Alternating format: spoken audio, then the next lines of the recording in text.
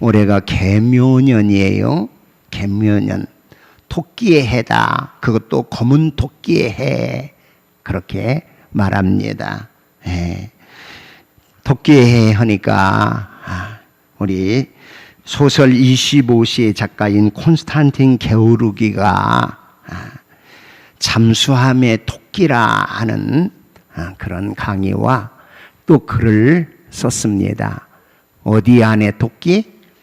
잠수함 안에 토끼다. 그러면서 우리 한국에 방문해서 문학가들 모여놓고 강의할 때 이 이야기를 합니다. 그가 2차 대전에 참여했는데 해군으로 참여해서 잠수함을 탑니다. 자기의 경험을 얘기하면서 그런 이야기를 하는 거예요. 2차 대전 그때 게오르기가 해군에 잠수함 탈 때만 해도 이렇게 과학 문명이나 계기 측정이 발달되지 않아서 사실 잠수함이 이제 바닷속에 깊이 들어가면 어느 정도 있어야 하는지, 어느 깊이, 어느 시간만큼 물속에 머물러야 할지를 알지 못해서 그들이 꼭 잠수함에 타서 바닷속을 들어갈 때는 그 잠수함에 반드시 태우는 것이 토끼 몇 마리를 태웠다 하는 얘기예요. 근데 이 토끼의 신체 반응이 우리 사람보다 한 6시간 더 민감하게 나타난다 하는 얘기죠. 물속에 들어가서 산소가 점점 희박해지고 탄소가 점점 포화 상태에 있으면 이제 위기가 차는 거예요. 그런데 토끼가 먼저 그것을 감지하는 거죠. 신체 반응을 일으키는 거예요. 그래서 눈이 빨개진다든가 발작을 일으킨다든가 숨소리가 거칠어진다든가 이거 지금 우리 잠수함 내에 이 산소 포화도가 이게 희박해졌구나. 그래서 반드시 그때는 다시 붕 하고 부상해서 다시 새 공기의 창을 활짝 열고 공기 순환을 시켜 다시 잠수에 들어가곤 했다. 그러면서 당시 거기 모여있는 문학가들한테 여러분, 이 시대와 상황 속에 문학을 하는 여러분들이 시대의 어둠과 그리고 시대의 문제의식에 대해서 제일 먼저 깨우쳐야 할 사회 계층입니다. 이런 강의를 했어요.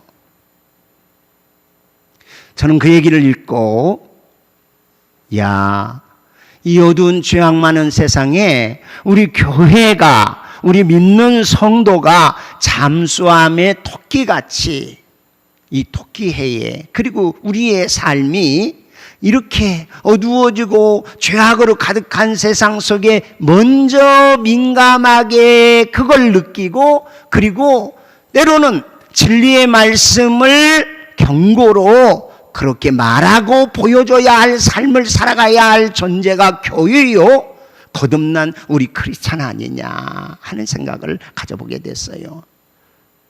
그런가 하면 주전자 속에 혹은 냄비 속에 개구리라는 말도 있어요. 냄비에 개구리, 산 개구리를 넣고 삶을 때 갑자기 온도를 높여서 뜨거운 물을 붓거나 아니면 확 온도를 높이면 이 개구리가 깜짝 놀라서 벌쩍 뛰어서 다 냄비 밖으로 튀어나간다는 거예요. 그런데 개구리를 냄비 안에 넣고 서서히 찬물에서부터 미지근한 물로 점점 데펴오면 좋다, 아이고 편하네, 아이고 좋네, 그러다가 결국은 제 살 익는 줄, 죽어가는 줄 모르고 폭 익어서 결국은 죽음에 이르게 된다 하는 얘기죠. 올 한 해 개묘년 맞이해서 우리 이 시대에 깨어있는 잠수함의 토끼의 그 기능과 역할처럼 시대에 경고하고 복음 안에서 깨어 그야말로 개구리처럼 잠자는 신앙이 아니라 우리 교회가 일어나 하나님 앞에 주신 복음의 사명을 감당하는 한 해가 되기를 주의 이름으로 축복합니다. 굉장히 중요한 사명이고 그리고 부름받은 자리가 바로 그와 같은 자리라 말할 수 있게 되는 거죠. 사랑을 정의할 수 있습니까? 사랑이라는 단어가 우리에게 너무 익숙한 단어고 많이 듣고 또 말하는 단어가 사랑 아닙니까? 그러나 사랑에 대해서 정의하세요 라고 말하면 참 이게 사랑을 무엇이라 정의해야 할까 하고 여러 가지 쉽지 않은 난관에 빠지기 십상입니다. 사랑을 그러나 정의하는 대신 예수께서 사람이 되어 십자가에서 우리를 위해서 희생한 그 그리스도의 십자가, 이렇게 말하면 아하, 사랑이란 그렇구나.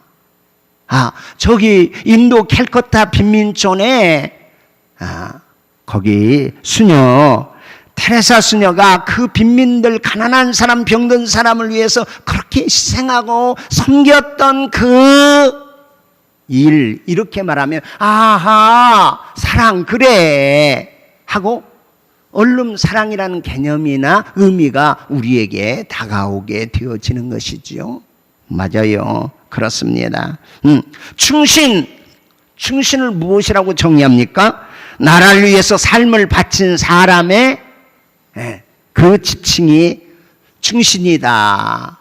그래도 막연하게 그지없어요. 그러나 임진왜란 때 나라가 위태로울 때 이순신 장군이 보여준 그 충정하고, 이순신 장군 그러면 아하, 충신하면 이순신 장군. 믿음이 뭘까요? 믿음이란 무엇이지?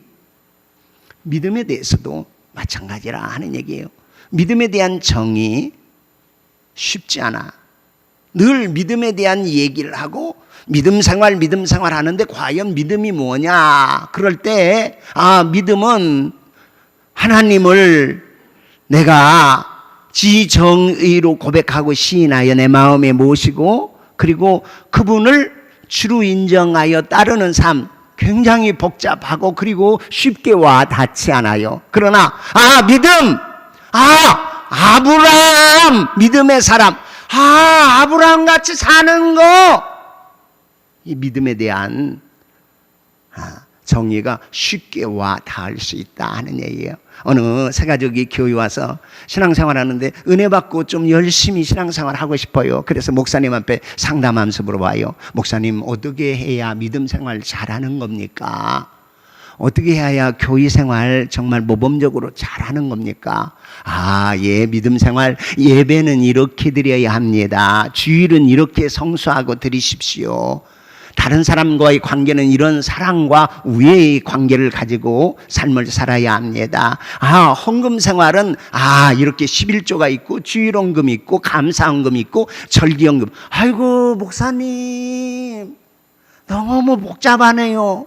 목사님 그러지 말고 우리 교회에서 누구누구처럼 믿음 생활하라 하고 한 사람만 저에게 말씀해 주세요. 아무개 장로처럼 믿음 생활하세요. 아무개 집사처럼, 아무개 권사님처럼 믿음 생활하세요. 그러면 내가 그 사람의 믿음 생활을 보면서 믿음 생활, 교회 생활은 저렇게 해야 하는구나 하고 그렇게 따라 살겠습니다. 이렇게 고백하더라 하는 얘기지요. 오늘 성경에 이 아브라함에 대해서 올해 우리 교회 표어가 너는 복이 될지라 한번 크게 외쳐볼까요? 너는 복이 될지라. 누가 누구에게 하신 말씀이에요? 아멘. 하나님이 아브라함에게 하신 말씀이죠. 우리 지난 시간에 이 말씀 가지고 그렇게 너는 복이 될지라 하는 말씀의 내용을 함께 나누었어요. 갈대 우리에서 살던 아브라함, 우상을 섬기는 그 땅, 어두움의 땅에 살고 있는 그 아브라함이라는 사람에게 하나님이 말씀하여 이르시기를, 우리 12장 1, 2, 3절 반복하는 마음으로 다시 한번 읽어볼까요? 창세기 12장 1절 같이 읽습니다. 여호와께서 누구에게? 아브라함에게 이르시되 너는 너의 고향과 친척과 아버지의 집을 떠나 내가 너에게 보여줄 땅으로 가라. 2절 내가 너로 큰 민족을 이루고 네게 복을 주어 네 이름을 창대하게 하리니 너는 복이 될지라. 옆 사람 쳐다보면서 당신은 복이 될지어다. 할렐루야. 아멘. 하나님이 여호와께서 아브라함에게 이르시되 하나님이 먼저 찾아오셔서 말씀해 주시는 하나님. 그리고는 그 아브라함을 향하여 하나님께서 놀라운 말씀 2가지 명령이에요. 하나는 떠나라 그리고 가라 하는 말씀이에요. 이 2가지 명령 지난주에 의미 생각해 봤어요. 떠나야 할 것을 떠나 하나님이 지시할 땅으로 가는 것, 이것이 믿음의 부르심이다 하는 얘기예요.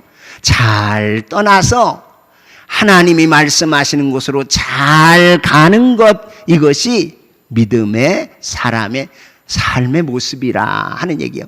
떠날 것 잘 떠나고 그리고 가야 할 그곳을 향하여 기꺼이 하나님의 약속을 붙잡고 전진해 나가는 여러분의 생에 올 한 해가 되기를 주의 이름으로 축복해요.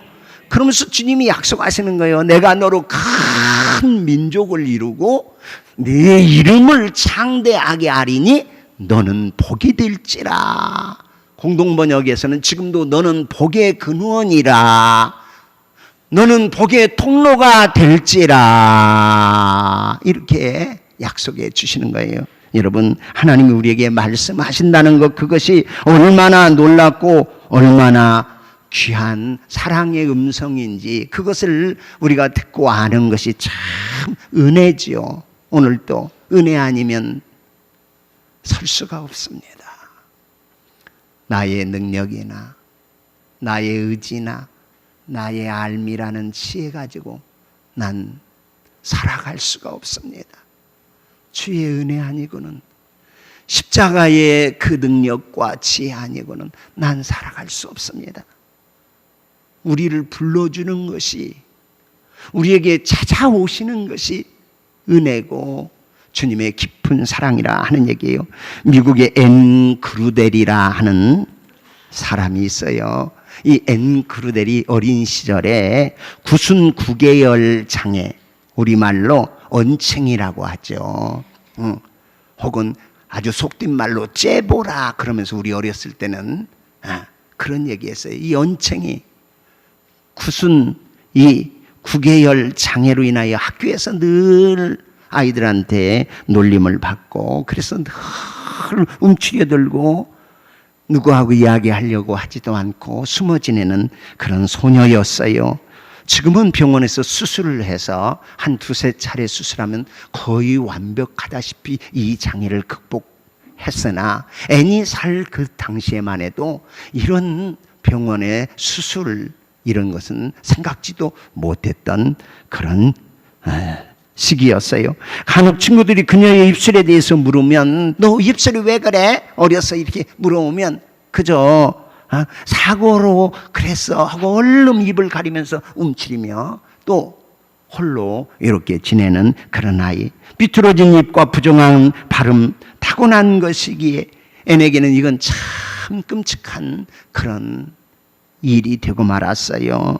그래서 늘 우울증에 시달리고 부모를 원망하고 친구를 기피하면서 살아가는데, 애는 이 세상 모든 사람들이 자기를 싫어한다고 생각하며 다 그렇게 기죽어 지냅니다. 그런데 하루는 애니 다니는 학교에서 선생님이 속삭임 검사라고 칸을 막거나 아니면 한쪽 귀를 막게 하고 선생님이 보이지 않는 곳에서 얘기하는 거예요.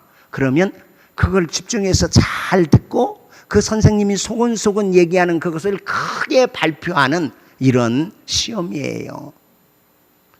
돌아가면서 선생님이 아이들 하나하나 칸을 막아놓고 소곤소곤 얘기해요. 하늘이 파랗다. 그러면 이 말을 듣고 하늘이 파랗다. 바다가 높다. 바다가 높다. 이렇게 대답을 하는 거예요. 점점 자기 차례가 돌아오는데 이 애는 가슴이 초마조마하고 어떻게 하지? 내 발음도 시원찮고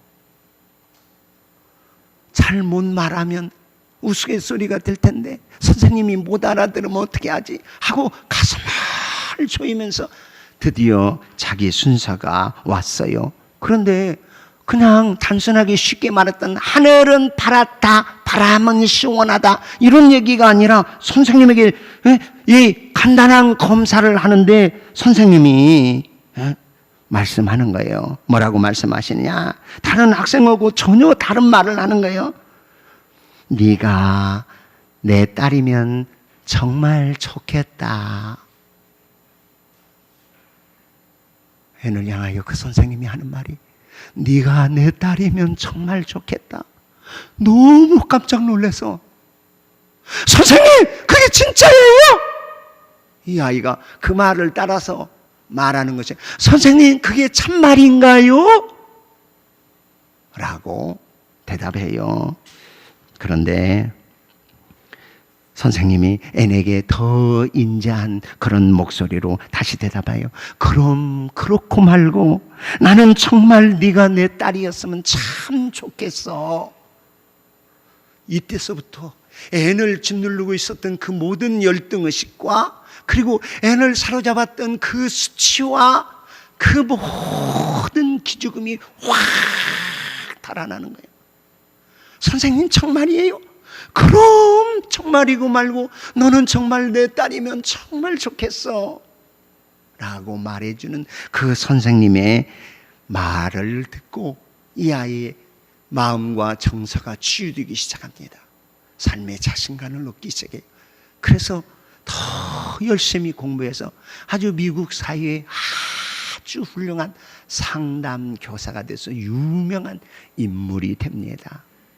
사랑하는 성도 여러분, 우리 삶을 살아갈 때 한없이 위축되고 또 때로는 경쟁에 밀리고 환경에 우리의 여건이나 삶의 자리에서 우리로 움츠려들게 하고 우리의 못남이나 아니면 우리의 죄책감들이 우리를 한없이 눌러 그저 왜소해지고 숨고 싶어지는 이때 어쩌면 아브라함에게 이르시기를 말씀하시면서 주님께서 너는 복이 될지라 너는 큰 민족을 이루고 네 이름이 창대하게 될 것이니 너는 복될지어다 하고 주님이 말씀하시는 이 놀라운 주님의 다가오심과 찾아오심은 이 아브라함 마음 안에 새로운 꿈을 간직하게 하고 새로운 믿음의 발걸음을 딛게 하는 역사가 되었어요. 주님, 너를 축복하는 자에게는 내가 복을 내리고 너를 저주하는 자에게는 내가 저주하리라. 이 확실한 하나님의 동행하시겠다 하는 이 언약의 말씀을 듣고 오늘 4절 드디어 이어지는 말씀이에요. 함께 읽어요. 4절. 이에 아브라함이 여호와의 말씀을 따라갔고 롯도 그와 함께 갔으며 아브라함이 하란을 떠날 때에 75세였더라. 할렐루야. 이에 아브라함이 무엇을 따라갔고 여호와의 말씀을 따라갔고 할렐루야. 믿음의 사람은 주어진 하나님의 말씀 앞에 아멘 이렇게 순종으로 나아간다 하는 사실이에요. 예, 내가 너로 복이 되게 한다 하고 그를 부르시며 떠나라 그리고 지시할 땅으로 가라. 너 축복하는 사람 내게 복 주고 너 저주하는 사람 내가 저주할 거야. 이에 아브라함이 여호와의 말씀을 따라갔다. 올 한 해 사랑하는 성도 여러분, 하나님이 주시는 말씀 앞에 한 걸음 한 걸음 우리의 믿음의 귀한 순종의 발걸음이 이어질 수 있기를 주 예수 그리스도의 이름으로 축원합니다. 아멘. 그렇다고 해서 아브라함이 이 믿음의 결단과 함께 순종하는데 완전한 순종이었냐 하면 그렇지 않아요. 오늘 4절에 봐도 여호와의 말씀을 따라갔고 하는데 그 다음에 보니까 누구도 조카 롯도 그와 함께 갔으며 아브라함이 하란을 떠날 때 75세였더라. 갈대아 우르에서 하나님이 지시할 땅인 가나안으로 가야 하는데 어디 거쳐오느냐면 하란을 거쳐왔다. 그래서 하란을 떠나서 드디어 순종하여 지시하는 가나안 땅으로 올 때에 이 아브라함의 나이가 몇 세였더라? 75이나 되었더라. 이렇게 말씀해요. 그런데 본토 친척 다 떠난 것 아니에요. 조카 롯도 데리고 와요. 그리고 지시하는 그 땅을 계속해서 따라서 가나안까지 그렇게 단번에 왔다 이렇게 말하지 않아요. 그 다음 구절에 보니까 그렇게 말해요. 우리 5절 같이 읽어보죠. 아브라함이 그의 아내 사레와 조카 롯과 하란에서 모은 모든 소유와 얻은 사람들을 이끌고 가나안 땅으로 가려고 떠나서 마침내, 이 단어 마침내 가나안 땅에 들어갔더라. 우여곡절 많았다 하는 얘기예요. 마침내 하란에 머물러요. 완전한 순종이 되기보다 하란에서 머물러 있어요. 아버지와 함께 나왔어요. 아버지 데려가 하란에서 죽음에 그 다음에 다시 그 지시하심을 받아 가나안 땅에 오디 마침내라는 이 단어의 뉘앙스가 우여곡절 많고 여러 가지 어려움 속에 마침내 가나안 땅에 이르게 되었더라. 사랑하는 성도 여러분, 우리 어떤 결단이나 믿음에 순종에 있어서 처음부터 완전하지 않아도 괜찮아요. 우리는 그럴 수 없을 때가 더 많아. 마땅히 버려야 하고 떠나야 할 것 떠나지 못하고 미적거릴 때도 많아요. 가야 할 그곳에 주님만 바라보고 올곧게 가지 못할 때가 허다하게 많아요. 그러나 말씀을 따라가는 그 한 걸음이 중요하다는 사실 잊지 않기를 주의 이름으로 축복해요. 여러분, 지금같이 이렇게 전구가 너무 환하고 밝지 않아요?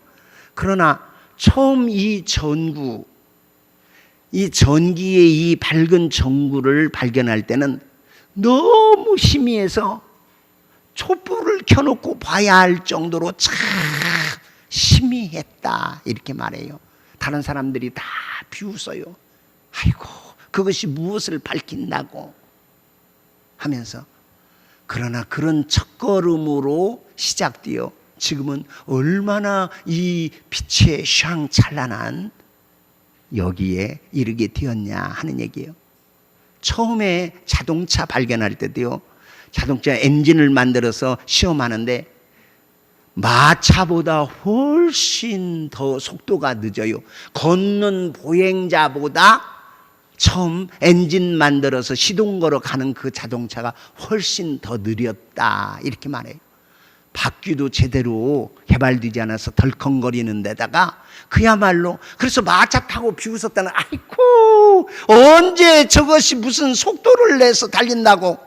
그런데 지금은 얼마나 빠른 광속으로 달리는 속도 높은 그런 엔진들이 발견됐냐 하는 얘기예요. 처음에는 미미하게 시작돼요. 오늘도 우리 일부 예배 드리는데 처음에 좀 변화를 가져오니까 여러 가지 낯설고 서툴어요. 그러나 그렇게 예배의 변화를 가져오니까 청년들이 또 학생들이, 우리 지윤이도 그렇게 나오고 아이들이 많이 나와서 찬양도 하고, 야 그래 감사하다. 처음부터 완전할 수는 없어요. 제 삶의 모습을 봐도 그래요. 너무 어설프고 그지없어. 믿음으로 신학교 들어갈 때의 내 모습은 그야말로 모순투성이고 엉터리고, 뭘 저런 게 신학교에 다 왔나 싶을 정도로, 오직 하면 제 별명이 저귀신이에요. 무슨 귀신? 저귀신. 저 귀신, 아이고 저 귀신. 신학교에서 아이고 저 귀신.